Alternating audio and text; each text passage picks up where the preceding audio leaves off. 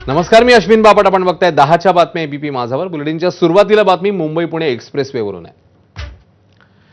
तब्बल 28 तासापेक्षा जास्त काळ उलटलाय तरी मुंबई पुणे एक्सप्रेसवेवरची वाहतूक कोंडी अद्यापही पूर्णपणे सुटलेली नाहीये. काल संध्याकाळी आडोशी बोगद्याजवळ ज्वलनशील प्रोपिलिन गॅसची वाहतूक करणारा टँकर उलटला आणि मुंबईकडे जाणारी वाहतूक तात्काळ ठप्प झाली.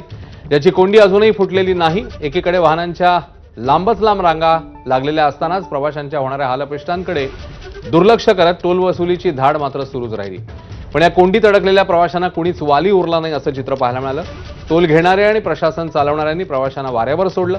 दरम्यान वाहतूक पूर्ववत होण्यासाठी आणखी काही काळ जाईल अशी माहिती आहे. आता आडोशी बोगद्याजवळ उपलब्ध असलेल्या टँकरमध्ये सर्व गॅस रिफिल होण्याची क्षमता आहे अशी माहिती महामार्ग पोलिसांनी दिली.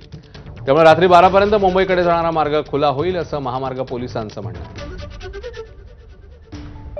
ताजे अपडेट जाणून घेऊया. ईशान देशमुख आहेत आपल्यासोबत, आपले प्रतिनिधी. ईशान, नेमका तू आता कुठे आहेस? सध्या काय स्थिती आहे वाहतुकीची? ईशान. मी अश्विन घटनास्थळीच आहे. सध्या आपण बघू शकतो जो टँकर पलटी झाला होता त्यामधला आता जो गॅस आहे तो दुसऱ्या टँकरमध्ये रिफिल करण्याचं काम चालू आहे.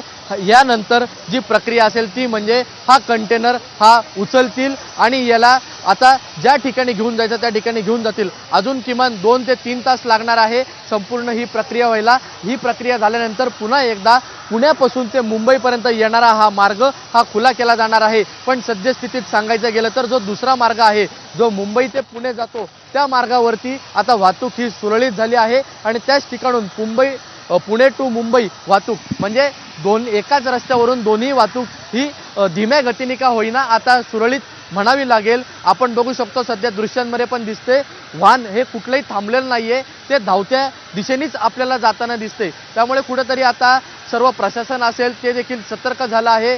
संपूर्ण प्रशासन हे रस्त्यावर उतरलं आहे आणि अजून 3 ते 4 तासात हा मार्ग देखील ज्या ठिकाणी ही घटना घडली आहे त्या ठिकाणी देखील पुन्हा एकदा वाहतूक चालू होताना आपल्याला दिसेल. अश्विन.